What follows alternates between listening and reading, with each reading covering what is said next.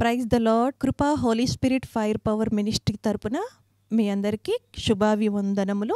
దైవజనుడు గాడ్సన్ గారు దైవ సందేశమును అందించు ఉండగా మీరందరూ విని ఎంతగానో బలపడాలని, ఆత్మీయ మేలులు ఆశీర్వాదాలు పొందుకోవాలని మన ప్రభువుడైన రక్షకుడైన యేసుక్రీస్తు వారి పేరట మేము ప్రార్థిస్తూ ఉన్నాము. Praise the Lord. God bless you to all. పరీక్షించండి. నీ మనస్సాక్షి నీకు సాక్ష్యం ఇస్తుంది. ఇది ఒక ఛాలెంజింగ్తో కూడిన మాట. నువ్వు ప్రార్థన గదిలోకి వెళ్ళినా కూడా, నువ్వు ప్రార్థన చేస్తున్నప్పుడు కూడా నీ మనస్సాక్షి నీకు సాక్ష్యం ఇస్తుందని ప్రభు పేరుతో మనవి చేస్తున్నానండి. ఒక అద్భుతమైన రీతిలో నేను మీతో మాట్లాడాలని ఆశ కలిగి ఉన్నాను. ప్రియమైన పిల్లరా, మత్తయి సువార్త 5వ అధ్యాయం 23 నుంచి మనము ఒకసారి జ్ఞాపకం చేసుకుందాం ప్రియమైన పిల్లరా. ఎందుకంటే ఏమో దేవుని నమ్ముకున్న వ్యక్తుల ప్రతి వ్యక్తి జీవితంలో ఒక బలిపీఠం ఉంటుంది. ఏంటి తెలుసా? అది ప్రార్థనా బలిపీఠం.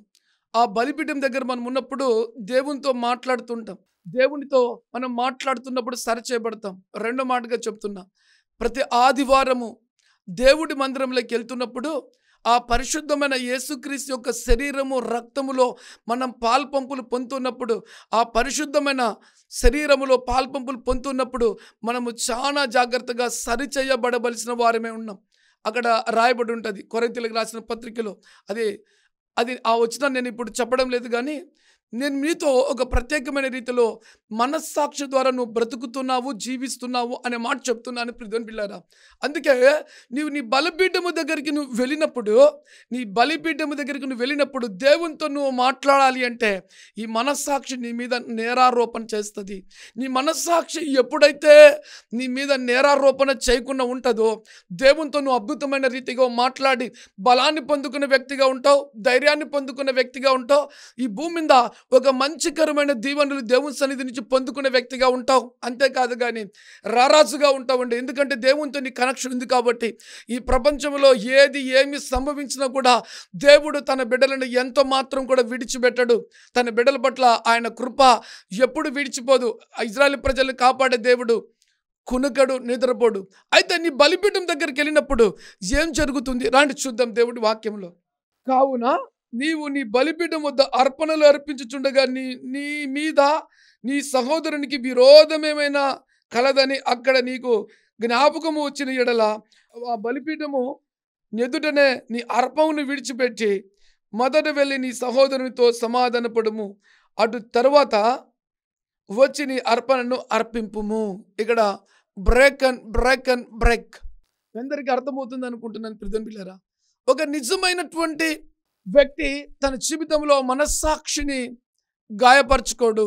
దేవునితో ఒక మంచి జీవితం జీవించాలంటే నువ్వు దేవుణ్ణి ఆరాధించాలి అన్నా నీవు నీ పూర్ణ హృదయముతో, పూర్ణ ఆత్మతో, పూర్ణ వివేకముతో, పూర్ణ మనసుతో, నిండు హృదయముతో దేవునితో నీవు గడపగలుగుతావు. దేవునితో ఆ సంబంధమే తప్ప ఈ శరీర సంబంధం అనేది పెద్దగా రాదండి. దేవుడు నువ్వు ఏ స్థితిలో దేవుణ్ణి చూస్తున్నావు అనేది చాలా ప్రాముఖ్యం.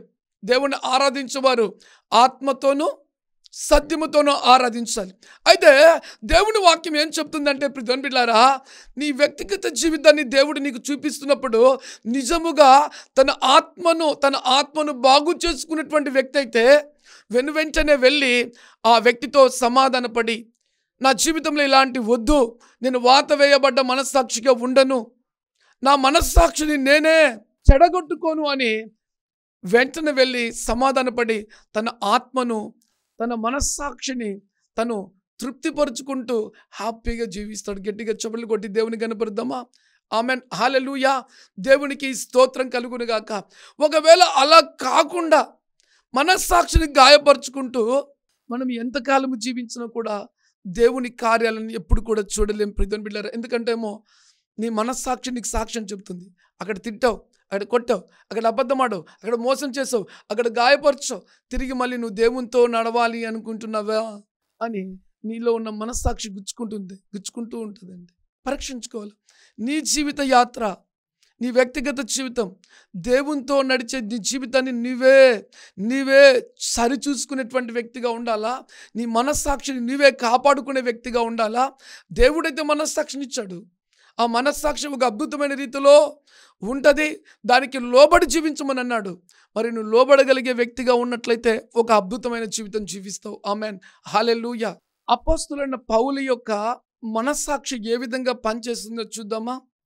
నేను మళ్ళీ చెప్తున్నా, రక్షించబడిన యేసు రక్తముతో కడగబడిన నీ మంచి మనస్సాక్షిని ఎప్పుడు గాయపరచుకోవడం దేవుని చిత్తం కాదు. నీ మనస్సాక్షి చక్కగా పనిచేసే విధంగా దేవుడి కంట్రోల్లో, దేవుడి భయభక్తుల్లో నువ్వు ఉన్నట్లయితే నిజంగా really great and great and great. నువ్వు ధన్యుడివి, ధన్యురాలని ప్రభు పేరుతో మనవి చేస్తున్నాను. ప్రియమైన బిడ్డలారా, చూద్దామా ఇతని అపోస్తలుడైన పౌలు యొక్క మనస్సాక్షి ఏ విధంగా పనిచేస్తుందో, ఏ విధంగా ఆ మనస్సాక్షి అతన్ని గద్దిస్తుందో చూద్దాం. మనస్సాక్షి గద్దించినప్పుడు లోబడాలి. మనస్సాక్షి ఎప్పుడైతే కరెక్ట్గా ఉంటుందో నీ బ్రతుకుని గురించి, నీ జీవితాన్ని గురించి ధైర్యంగా నీ నోరే మాట్లాడుతుంది. ఒక ఛాలెంజింగ్తో కూడిన మాట. నీ నోరే, నీ పెదవులే, నీ హృదయము రంకెలు కేకలేస్తూ మాట్లాడుతుందండి. ఇక్కడ అపోస్తలుడైన పౌలు ఏం చెప్తున్నాడు చూద్దాం. 1 కొరింథీ 4:4 నా యందు నాకు ఏ దోషము కానరాదు, అయినను ఇందువల్ల నీతిమంతుడిగా ఎంచబడను. నన్ను విమర్శించువాడు ప్రభువే. ఒక లోపల భయం, అన్ని విషయాల్లో కరెక్ట్గా ఉన్నా ఎక్కడన్నా దేవుడి వాక్యానికి విరోధముగా నేను తప్పిదం చేస్తే నన్ను దేవుడు లెక్కడుగుతాడని తన మనస్సాక్షి ఏం చేసుకుంటా అంటే, తన మనస్సాక్షి తను గద్దిస్తుంటే భయపడుతూ భూమి మీద దేవునితో అడుగులేస్తున్నాడండి. ఒక క్రైస్తవ జీవితంలో చాలా ప్రాముఖ్యమైనది. ఒకవేళ దేవుడు ఎప్పుడైనా మనల్ని లెక్క అడుగుతాడేమో, తెలిసి చేసినా తెలియక చేసినా, కానీ దేవుని దగ్గర నుంచి తప్పించుకోలేం. కాబట్టి సాధ్యమైనంత వరకు నేను బ్రతుకు దినములల్లా నా మనస్సాక్షిని బాధ పెట్టుకోకుండా నేను జీవించినా కూడా, రెండోది తను హృదయములో జరిగే అద్భుతమైన కార్యం ఏం చెప్పమంటారా ప్రియమైన బిడ్డలారా, నేను నా జీవితం పాడైపోతుంది. ఒకవేళ నా జీవితం కరెక్ట్ లేకపోతే, ఒకవేళ దేవుడు నా మనస్సాక్షిని, నాకు ఇచ్చిన మనస్సాక్షిని నేను వాత వేసుకున్నట్లయితే, గాయపరుచుకున్నట్లయితే, దేవునికి నేను లెక్క చెప్పాలి అనేటువంటి భయము తన ఆత్మ తను గద్దిస్తూ ఉన్నప్పుడు అద్భుతమైన రీతిలో తన ప్లాట్ఫామ్ వేసుకుంటాడు. తన జీవిత విధానాన్ని కట్టుకుంటూ లోబడుతూ నలగొట్టుకుంటూ ఉన్నాడు. అపోస్తలుడైన పౌలు జీవితంలో తన శరీరాన్ని నలగొట్టుకునే అనుభవంలో కూడా వెళ్ళాడు. ప్రియమైన బిడ్డలారా, మరి ఈరోజు ఈ వాక్యం ఇచ్చినటువంటి నువ్వు చాలా జాగ్రత్తగా పరీక్షించుకోవాలి. తను కరెక్ట్గా ఉన్నప్పటికీ కూడా దేవుడు చూచినప్పుడు నన్ను ఆయన అడుగుతాడేమో అనేటువంటి భయము అతని ఆత్మ అతని గద్దిస్తుంది. ఆ యొక్క మనస్సాక్షి గద్దిస్తుంది. రెండో విషయం మనం చూద్దాం. కాబట్టి సమయమును రాకమునుపును, అనగా ప్రభువు వచ్చే వరకు దేని గురించి తీర్పు తీర్చకుడి అని రాయబడింది. ఇక్కడ తీర్పు తీర్చేటువంటి బుద్ధి కొంతమందికి ఉంటుందండి. కొంతమంది మనస్సాక్షి ఎప్పుడు ఎలా ఉంటుందంటే, వాళ్ళిట్లా వీళ్ళిట్లా, వీళ్ళ మనస్సాక్షి వీళ్ళని చూసుకోరు. నీ కంట్లో ఉన్న నలుసును చూసుకోమని యేసుప్రభు అంటే, వారి కంట్లో ఉన్న దూలమును చూడడమే వీళ్ళ పని. ఇది చాలా భయంకరమైన తప్పు. ప్రియమైన బిడ్డలారా, క్రైస్తవ జీవితంలో ఓడిపోయేదానికి, క్రైస్తవ జీవితంలో ఘన విజయం పొందుకోకుండా ఉండేదానికి కారణాల్లో కూడా ఇది ఒక భయంకరమైన కార్యం. అందుకే నువ్వు వాళ్ళ వైపు వీళ్ళ వైపు, వీళ్ళ గురించి ఎప్పుడు థింక్ చేయొద్దు, ఎప్పుడు మాట్లాడొద్దు.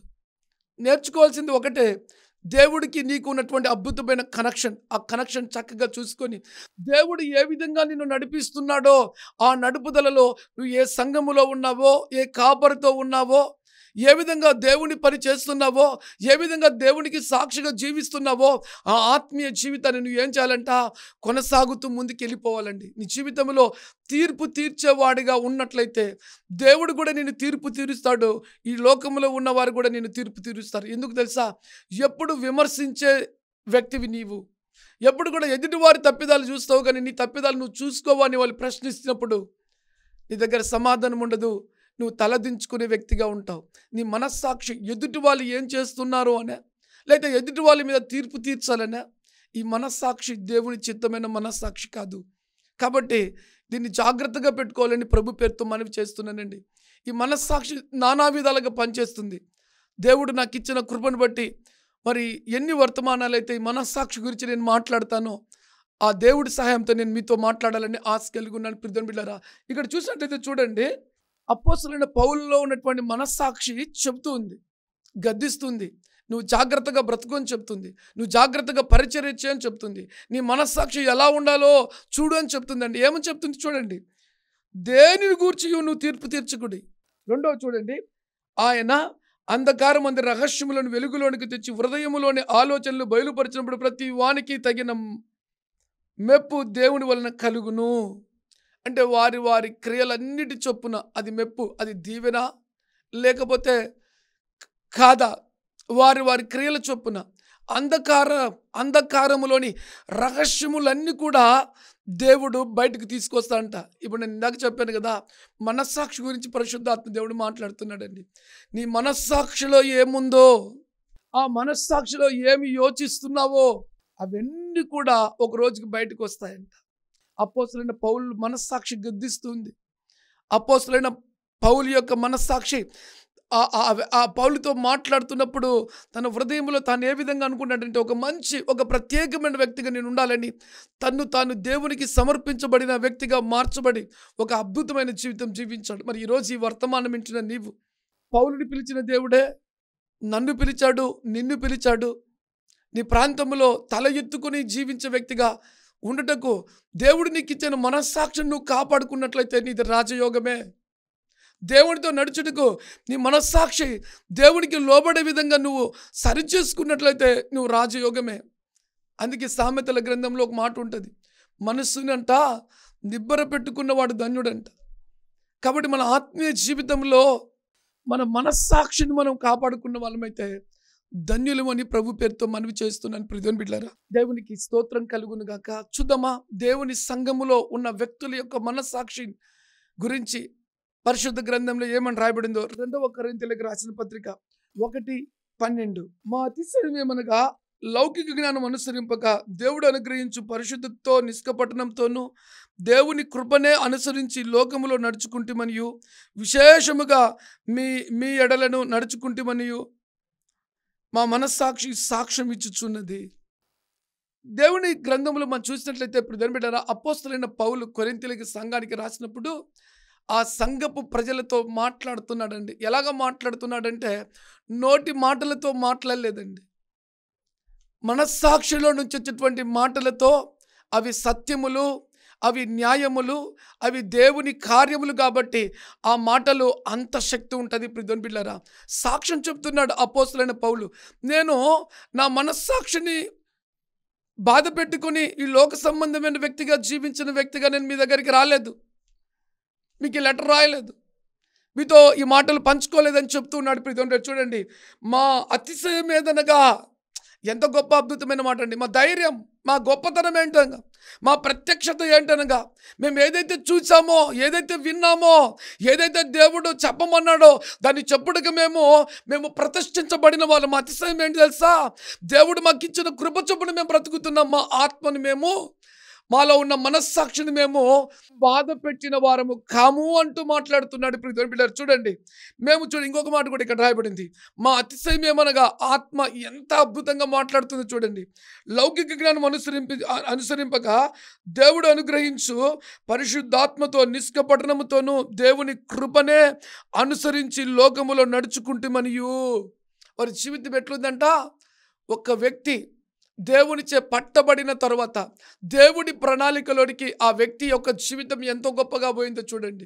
ఈరోజు వాక్యం ఇచ్చినటువంటి ప్రతి బిడ్డ, నీ జీవితంలో కూడా నీవు నీ మనస్సాక్షిని వాత వేయబడకుండా వాక్యానుసారంగా జీవించడానికి మొదలుపెట్టినట్లయితే నీ జీవితం కూడా చాలా గొప్పగా, నీ జీవితం గురించి నీవే చెప్పగలుగుతావు. పౌలు అంటున్నాడు చూడండి, ఈ మాట మరొకసారి చెబుతాను. లౌకిక జ్ఞానము అనుసరింపక, ఈ లోక సంబంధమైన జ్ఞానం అనుసరిస్తే ఈ ఆత్మ బాధపడుద్ది, మోసం చేద్ది, ఇది కుమిలిపోతుంది, నేరారోపణ చేస్తుంది, ధైర్యంగా మాట్లాడలేదు. దైవజనుడైనప్పటికీ కూడా, సేవకులైనప్పటికీ కూడా, సంఘ విశ్వాసులు, సంఘములో పరిచారకులు, దేవుడి మందిరానికి వస్తున్న ప్రతి బిడ్డ కూడా నీ ఆత్మ ఒకవేళ లోక సంబంధమైన వాటి మీద దృష్టి కలిగి ఉన్నట్లయితే ఆత్మే చెబుతుంది. అందుకే నీ ఆత్మను చాలా జాగ్రత్తగా కాపాడుకోవాలి. పౌలు సాక్ష్యం చెప్తున్నాడండి. ఆ మాటలో ఎంత సక్తి ఉందో చూడండి. లౌకిక జ్ఞానం అనుసరింపక ఆల్రెడీగా లోక జ్ఞానము అనుసరించాడు అంటే దేవుడి మార్గంలో తప్పిపోయి ఉంటామండి. అంటే ఇది మీరు బాగా చాలా జాగ్రత్త గుర్తుపెట్టుకోవాలి. అపోస్తలుడైన పౌలు లోక జ్ఞానాన్ని అనుసరించగాని తన హృదయములో నుంచి అద్భుతమైన రీతిగా జీవించిన జీవితాన్ని సాక్షిగా చెప్తున్నాడు. గట్టిగా చప్పట్లు కొట్టి దేవునికి కనపడదాం. రెండో మాట చూడండి, దేవుడు అనుగ్రహించు పరిశుద్ధాత్మతోను. అంటే ఇక్కడ మనస్సాక్షిని బాధ పెట్టుకుంటే పరిశుద్ధాత్మ దేవుడు బయటకు వెళ్ళిపోతాడు. దేవుని కార్యాలు పూర్తిగా ఎప్పుడు కూడా ఆ వ్యక్తి జీవితంలో జరగవు. ఆ పౌలు మాట్లాడాలని నిలబడి ఇట్లా అంటాడండి. అంటే ధైర్యంగా దేవుడి వాక్యాన్ని ప్రకటించలేడు.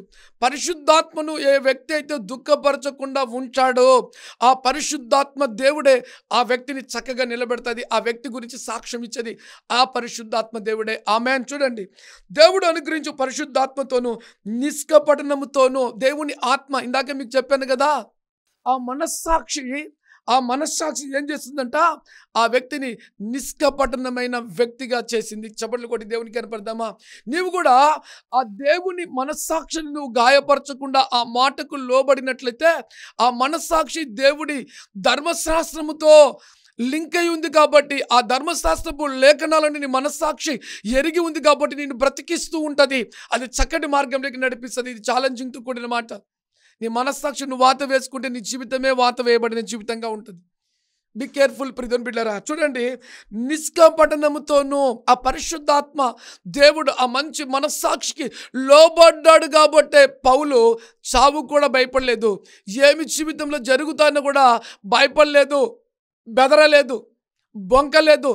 అబద్ధికుడిగా జీవించలేడు, మోసగాడిగా జీవించలేడు, నటన పాస్తరుగా జీవించలేదు. ఇక చెప్పాలంటే దేవుడి కృపతో నింపబడిన వ్యక్తిగా తన జీవితాన్ని ఒక అద్భుతమైన క్రీస్తు అనే బండ మీద కట్టుకున్నటువంటి వ్యక్తిగా అనేకులకి దీవెనకరంగా మార్చబడ్డాడు. అందుకే ఈ కొరింథీ సంఘంతో కూడా మాట్లాడుతున్నాడు. ప్రియమైన బిడ్డలారా, మేము మా మనస్సాక్షిని వాత వేసుకొని మిమ్మల్ని సంతోషపెట్టాలని కాదు అంటున్నాడు.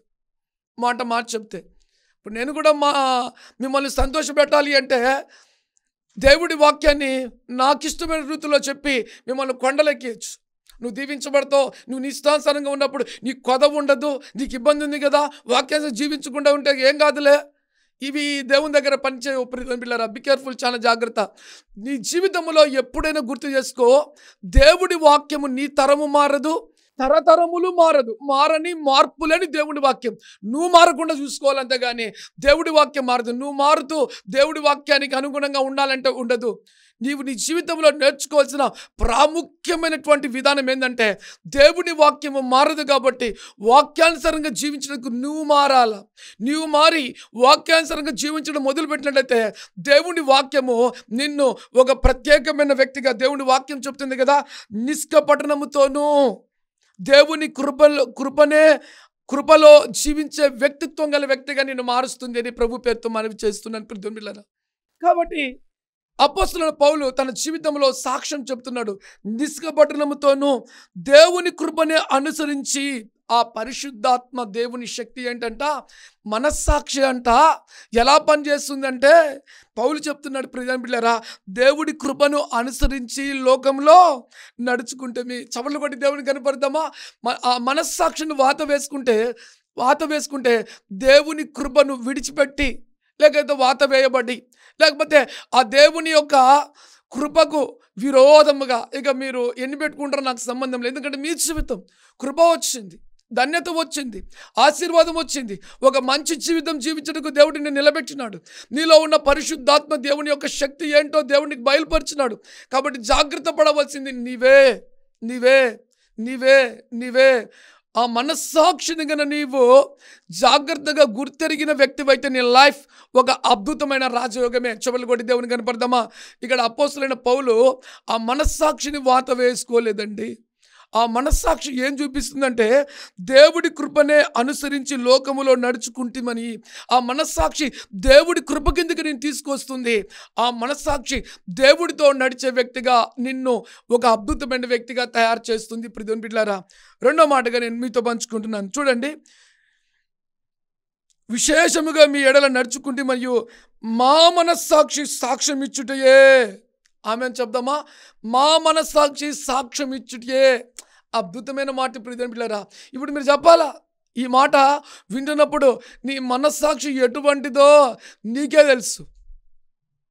క్షమించలేని మనస్సాక్షి, నేరము రోబే మనస్సాక్షి, అబద్ధములాడే మనస్సాక్షి, అర్పణ దొంగిలించే మనస్సాక్షి, నెలకో 2 నెలలకో ఒకసారి మందిరానికి వచ్చే మనస్సాక్షి, ఎప్పుడో ఒకరోజు బలలో చేవేసే మనస్సాక్షి, భార్యను మోసం చేసే మనస్సాక్షి, భర్తను మోసం చేసే మనస్సాక్షి, పిల్లలను మోసం చేసే మనస్సాక్షి, స్కూల్లో అబద్ధం చెప్పి స్కూల్కి అని చెప్పి ఇష్టానుసారంగా తిరిగే మనస్సాక్షి, ఆ మనస్సాక్షి వాత వేసుకొని ఎన్ని ఎన్ని ఎన్ని భయంకరమైన మార్గాల గుండా వెళ్తున్నావో నిన్ను పరీక్షించుకున్నట్లయితే దేవుడి కృపలో నుంచి నువ్వు మిస్ అయిపోతున్నావు అని ప్రభు పేరుతో మనవి చేస్తున్నానండి.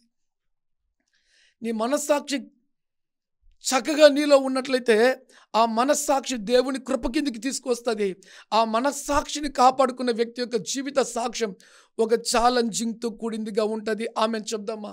ఈరోజు నిన్ను పరీక్షించుకుని మనస్సాక్షి ఏ విధంగా ఉంది, నీ మనస్సాక్షి ఏ విధంగా ఉంది. కొంతమంది జీవితాలు ఎలా ఉంటాయంటే క్షమించలేని మనస్సాక్షి కలిగిన వాళ్ళు ఉంటారు. కొంతమంది ఓర్వలేని మనస్సాక్షి కలిగిన వాళ్ళు ఉంటారు. కొంతమంది నేరారోపణ చేసే మనస్సాక్షి కలిగిన వాళ్ళు ఉంటారు. కొంతమంది చెడు వాటిని ఎప్పుడు చూస్తూ ఉన్నటువంటి మనస్సాక్షి కలిగిన వాళ్ళు ఉంటారు. ఇలా చెప్పుకుంటూ పోతుంటే వారి మనస్సాక్షి వారిలో కుమిలిపోతూ ఏడుస్తూ వేదనతో బలి అవుతూ ఉంటుందండి. ఎందుకంటే మనస్సాక్షి బలి అయిందంటే ఆ వ్యక్తి బలి అయిపోయినట్టు ఇంకంతే, దానికి దాసోహమైనట్లే.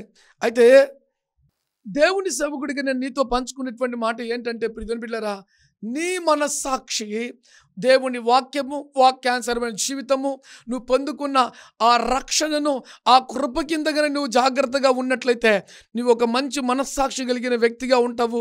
నీ జీవితము ఒక ధన్యకరమైన జీవితంగా ఉంటుంది. నీ సాక్ష్యం ద్వారా అనేకులు మార్చబడతారండి. నీ మాట సత్యము, నువ్వు కృప కింద ఉన్నావు, దేవుని కృప కింద ఉన్నావు కాబట్టి దేవుని యొక్క ఆశీర్వాదముతో నింపబడిన వ్యక్తివని ప్రభు పేరుతో మనం చేస్తున్నాను. ప్రియమైన బిడ్డలారా, ఈ మాట చూడండి. దేవుని ప్రవక్త అయినటువంటి మోషే యొక్క మనస్సాక్షి ఏ విధంగా దేవుని సన్నిధిలో విలపిస్తుందో చూద్దాం. నిర్గమకాండం 32వ అధ్యాయము 30వ వాక్యాన్ని మనం చూద్దాం. మర్నాడు మోషే ప్రజలతో, మీరు గొప్ప పాపము చేసిరి గనుక యెహోవా యొద్ద కొండకెక్కి వెళ్ళెదను. ఒకవేళ మీ పాపములకు ప్రాయశ్చిత్తము చేయగలనేమో అనెను. అప్పుడు మోషే యెహోవా యొద్దకు తిరిగి వెళ్ళి, అయ్యో, ఈ ప్రజలు గొప్ప పాపము చేసిరి. వారు బంగారు దేవతలను తమ కొరకు చేసుకొనిరి. అయ్యో, నీవు వారి పాపములను ఒకవేళ పరిహరించితివా, లేని ఎడల నీవు రాసిన నీ గ్రంథములో నుండి నా పేరు తుడిచివేయమని బ్రతిమిలాడుకొనుచు ఉండెను. ఐగుప్తు దేశం నుంచి ఇజ్రాయేలు ప్రజలను మోషే తీసుకుని వచ్చిన తర్వాత, మోషే నత్తివాడు. ప్రియమైన బిడ్డలారా, నేను కూడా నత్తివాడినే. నా పేరు గాడ్సన్ అని పలికేది కూడా నాకు చాలా కష్టం. ఒక పేపర్లో రాసుకునేవాడు నా పేరు గాడ్సన్ అని, నా దేవుని నమ్ముకున్న తొలి దినాలలో. సో దేవునికి స్తోత్రం కలుగునుగాక. ఆమెన్, హల్లెలూయా. దేవునికే సమస్తమైన మహిమ కలుగునుగాక. దేవుని యొక్క వాక్యంలో మనం గమనించినట్లయితే ప్రియమైన బిడ్డలారా, ఐగుప్తు దేశం నుంచి ఇజ్రాయేలు ప్రజలను మోషే తీసుకుని వస్తున్నాడు. తీసుకుని వచ్చినప్పుడు వారు దేవుడి వాక్యానికి విరోధంగా జీవించి తప్పిదము పాపం చేసినప్పుడు దేవుడి దగ్గర నుంచి శిక్ష తప్పించుకోలేరే అనేటువంటి బాధ, భయము మాట మార్చి చెబుతున్న మంద కాపరికి. ఇది దైవజనులకు సంబంధించిన మాట, ఒక ఛాలెంజింగ్తో కూడిన మాట. ఎప్పుడైతే మోషే తన మందలో ఉన్నవారు చెడిపోయారు, తమ మందలో ఉన్నవారు పాపం చేశారు అని తెలుసుకున్నాడో, అతని హృదయము ఏ విధంగా బాధపడుతుందంటే దేవుని సన్నిధికి వెళ్ళి ప్రార్థన చేస్తూ ఉన్నాడు. దేవుని దగ్గర జవాబు ఎతుకుతూ ఉన్నాడు. దేవునితో మాట్లాడుతున్నాడు. ఏమని మాట్లాడుతున్నాడు తెలుసా? దేవా, ఒకవేళ వారిని విడిపించకపోతే జీవగ్రంథంలో నా పేరు కొట్టే. ఎందుకంటే వాళ్ళని తీసుకొచ్చింది నేనే, నన్ను వాడుకున్నావు. నా దేవుడిచే వారందరూ విడిపించబడ్డారు. సో నా దేవుడి అరణ్యములకు తీసుకొచ్చి వీరిని చంపారా అంటే, ప్రభా, అది నా దేవునికి ఎంతో బాధకరమైనది, అవమానం. నేను కూడా తట్టుకోలేను ప్రభా, నా మనస్సాక్షి నన్ను గద్దిస్తుంది, నన్ను చంపే, జీవగ్రంథంలో నా పేరు కొట్టే అని దేవుని సన్నిధిలో మోషే యొక్క మనస్సాక్షి ఏముంటుందంటే బాధపడుతూ ఉంది, వేదనతో ఉంది, కుమిలిపోతూ ఉంది, గోజాడుతుంది. ఏంటండి ఒక వ్యక్తి యొక్క మనస్సాక్షి. ఇప్పుడు చూడండి, హ్యాపీగా ఉన్నా, నాకు భార్య, నా పిల్లలు, నా కుటుంబం అంతా హ్యాపీగా ఉంది, దేవుడు ఎన్నో గొప్ప కార్యాలు చేశాడు, ఇక నేను బాగుండా, ఓకే, నేను పరలోకంలో జీవగ్రంథంలో నా పేరు ఉంటుంది దేవుడు చెప్పాడు, ఇక నాకు సో హ్యాపీ. వాళ్ళు వినలేదు, వాళ్ళతో నాకేంటి అని అనుకోలేదు మోషే. వారందరి విషయంలో బాధ్యత దైవజనుడైన మోషేకి దేవుడు అప్పగించాడు. కాబట్టి మోసే మనస్సాక్షి ఏం చెప్తుంది తెలుసా? దేవునికి నేను లెక్క చెప్పాలని ఆ దైవజనుడు పలికిన మాట గుండెలు బద్దలైపోయేటువంటి మాట. ప్రియమైన బిడ్డలారా, ప్రపంచంలో ఇటువంటి మాట ఎవరు అనరు. రోషము కలిగిన దైవజనుడు, పిలువబడిన దైవజనుడు మాత్రమే. ఒక ఆత్మ తప్పిపోయినా, ఆ సంఘములో కొంతమంది తప్పిపోయినా ఆ వేదన ఎలా ఉంటుందంటే అతి భయంకరంగా ఉంటుందండి. ఈరోజు అనేక మంది సరిచేయబడకుండా వారి ఇష్టానుసారంగా జీవిస్తూ వెళ్ళిపోతూ ఉంటారు. గమనించండి, ఒక ఛాలెంజింగ్తో కూడిన మాట. మీ సేవకుని మీరు బాధ పెట్టి సంఘాన్ని విడిచిపెట్టి వెళ్ళడం దేవుని చిత్తం కాదు. ఎవరో ఏదో చెప్పారని వెళ్ళడం దేవుని చిత్తం కాదు. అభ్యంతరాలు వచ్చాయని దేవుని సంఘాన్ని విడిచిపెట్టి వెళ్ళడం కాదు. నిన్ను కన్న దైవజనుడు ఎంతో వేదనతో, బాధతో, ఎన్నో కన్నీలతో నిన్ను కని ఉంటాడు. కానీ వెరీ సింపుల్గా నేను వెళ్ళిపోతున్నానని చెప్పి వెళ్ళిపోవడం మంచిది కాదు. ఒకవేళ డమ్మీ పాస్టర్ అయితే నీ పని సూపర్. నిజమైన పాస్టర్ అనుకోండి, నిజమైన పాస్టర్ని ఏడిపిస్తూ బాధ పెడుతూ వెళ్ళామనుకో, అది మీకు ఎంత మాత్రము క్షేమం కాదు. నా మనస్సాక్షిని చంపుకొని మీరు దీవించబడును గాక అనలేను. ఎందుకంటే మీరు చేసే పని అతి భయంకరమైన పని. ఇక్కడ చేస్తున్న వీళ్ళు కూడా అదే పని, అతి భయంకరమైన పని. సేవకుడి మాట వినకుండా ఎదురు చూపులో ఆ ఓపిక లేక ఒక విగ్రహాన్ని చేసుకుని పాపానికి బరితెగించారు. వీరందరూ కూడా దేవుని వాక్యానికి విరోధంగా పాపములు జీవిస్తే ఏమైపోతారో, ఒకరోజు తీర్పులోనికి వచ్చినప్పుడు వీళ్ళు నరకానికి వెళ్ళిపోతారేమో, దేవుడి ఉగ్రతకు వీళ్ళు ఏమైపోతారని గుండెల నిండా హృదయ వేదనతో దేవుని ప్రవక్త అయినటువంటి మోషే దేవుని సన్నిధిలో గోజాడుతున్నాడు. అతని మనస్సాక్షి అతన్ని ఎంతో బాధ పెడుతుంది. వీళ్ళ కోసం దేవుడు ఎన్నో గొప్ప కార్యాలు చేశాడు. వీళ్ళు ఐగుప్తు దేశం తీసుకొస్తే వీళ్ళు తిరగబడిన వారిగా, వ్యతిరేకించే వారిగా ఉన్నారని ఆ దైవజనుడు తన్ను తానుగా దేవునికి అప్పగించుకుని ఏడుస్తున్నాడు. ఒక ఛాలెంజింగ్తో కూడిన మాట కూడా ఉంటుంది. దేవుని బిడ్డలారా, చూద్దామా?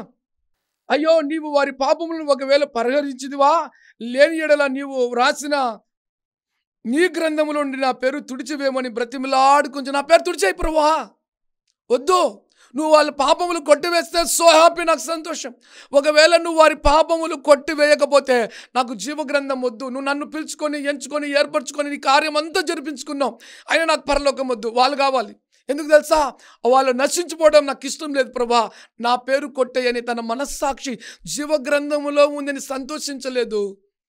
తను కరెక్ట్ అయినప్పటికీ తన కాపరి కింద ఉన్నటువంటి వాళ్ళు కరెక్ట్ లేదని కుమిలిపోతూ, అది నా పెంపకం కరెక్ట్ కాదు, అది నా యొక్క విధానం కరెక్ట్ కాదు, మరి నా మాట వినలేదు, అది పొరపాటు నాదే, నా పేరు తీసే ప్రభా, నా పేరు తీసే ప్రభా అని దేవుని సన్నిధిలో జీవగ్రంథంలో పేరు లేకపోతే ఎక్కడికి వెళ్తాడో మీ అందరికీ బాగా తెలుసు. క్రైస్తవులుగా ఉన్న మనందరికీ కూడా బాగా తెలుసు. ఆ జీవితమే కాదు, ఆ జీవితానికి విలువ లేదు. కానీ దైవజనుడు ఎందుకు ఇంత బలమైన నిర్ణయం తీసుకున్నాడు? అయినా పర్వాలే, నేనేమైనా పర్వాలే, నా దేవుడి కార్యాలు వీరి జీవితంలో జరగాలని రోషం కలిగిన వ్యక్తి దేవుని ప్రవక్త. కళ్ళు మూసుకుందామా, ప్రార్థన చేసుకుందాం. పరిశుద్ధుడా, ప్రేమ కలిగిన తండ్రి, నీకు వెలకట్లేని వందనాలు. ప్రపంచంలో ఉన్న ప్రతి బిడ్డకు నువ్వు ఇచ్చినటువంటి మనస్సాక్షి ఆత్మను బట్టి, ఆ పరిశుద్ధాత్మను బట్టి నీకు వందనాలు.